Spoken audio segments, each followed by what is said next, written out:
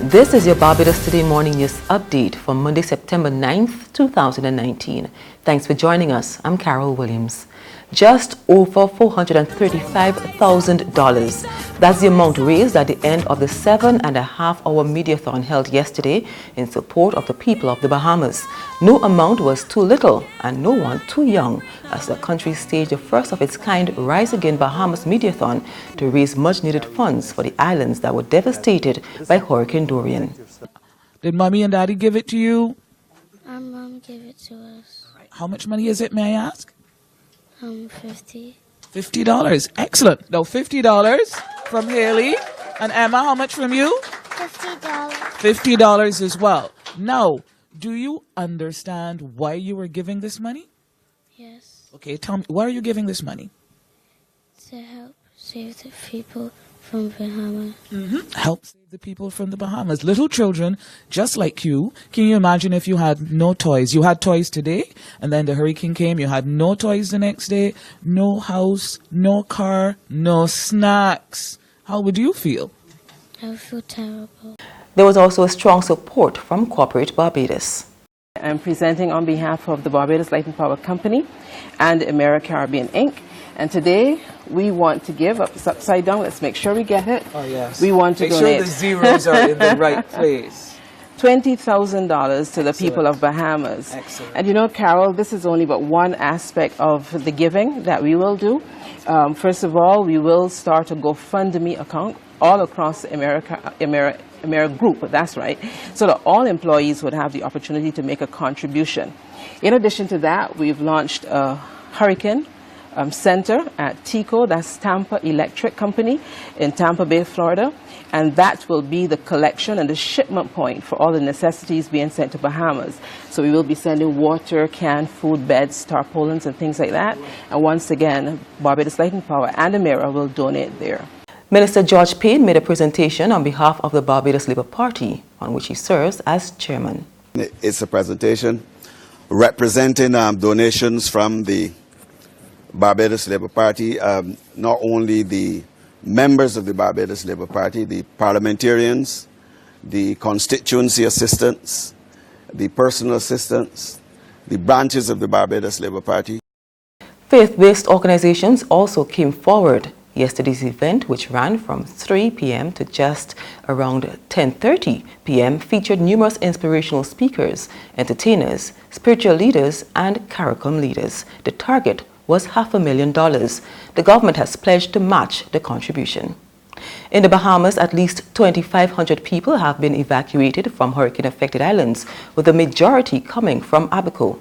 Eyewitness News has the latest on what officials of the National Emergency Management Agency are saying. According to the former permanent secretary for the Ministry of National Security, Carl Smith, who will now serve as the spokesperson for NEMA, he's telling us today that search and rescue efforts are priority at this time. He responded to a lot of rumors and a lot of concerns that he said are coming from the public about the fact that bulldozers might be coming into those areas decimated really by Hurricane Dorian. He put rest to those rumors, telling the public today that that is not the case. Now, the government is now working with U.S. partners to use special equipment that can detect any sign of life, any bodies that may be in the area before extensive cleanup efforts are underway. Now, he also spoke about those evacuees who continue to come here in the capital, like you said.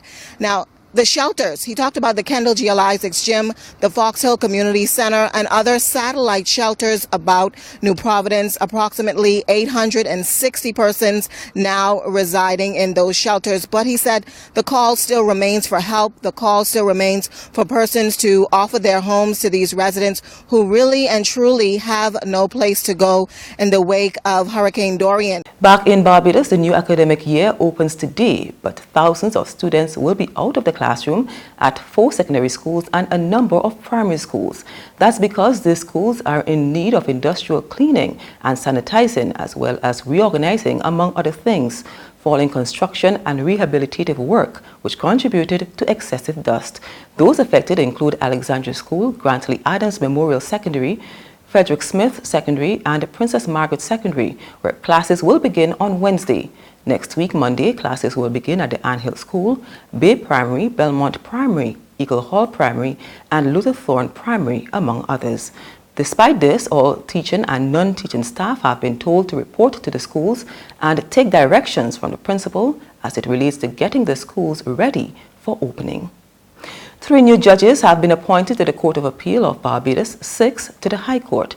There are also 2 temporary judges. The temporary appointments will see the number of criminal courts hearing criminal matters moving from 2 to 5, with the 2 temporary judges working to clear the backlog. There's regional and international news after this short break.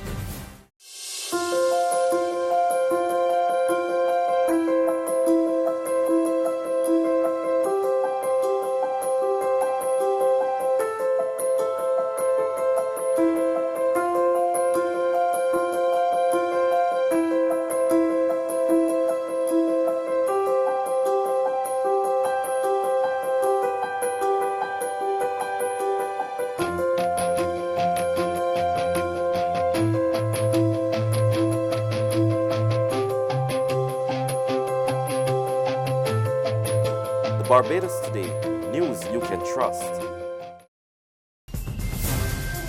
In Jamaica, Dr. Peter Phillips yesterday defended a challenge to his presidency of the opposition People's National Party, PNP. In the process, he handed Peter Bunting a birthday beating that left the Manchester Central Member of Parliament's supporters fuming. We get the details from Jamaica Observer. We have been able to explain to the delegates across the country what has been done, what is being done, the mission and objectives, and I feel certainly that today the delegates have come out to defend and protect the authentic People's National Party. Comrade Peter Bunting received 1,351 votes and Comrade Peter Phillips received 1,427 votes. So Comrade Peter Phillips has retained the presidency of the People's National Party. 2006 he lost, 2008 he lost, and I still stood firm with him, and I won this time convincingly because an ugly win is better than a nice defeat. So glory to Comrade Phillips, one PNP, powerful together. Bunting could never win, man. And finally, China's state media says any form of secessionism by Hong Kong will be crushed. The warning came a day after demonstrators rallied at the U.S. consulate to ask for help in bringing democracy to the city. We get the details from Reuters TV. It started peacefully.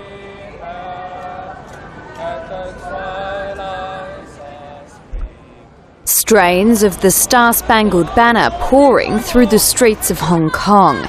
Thousands of protesters gathered at the US consulate on Sunday to call on US President Donald Trump to liberate the Chinese-ruled city.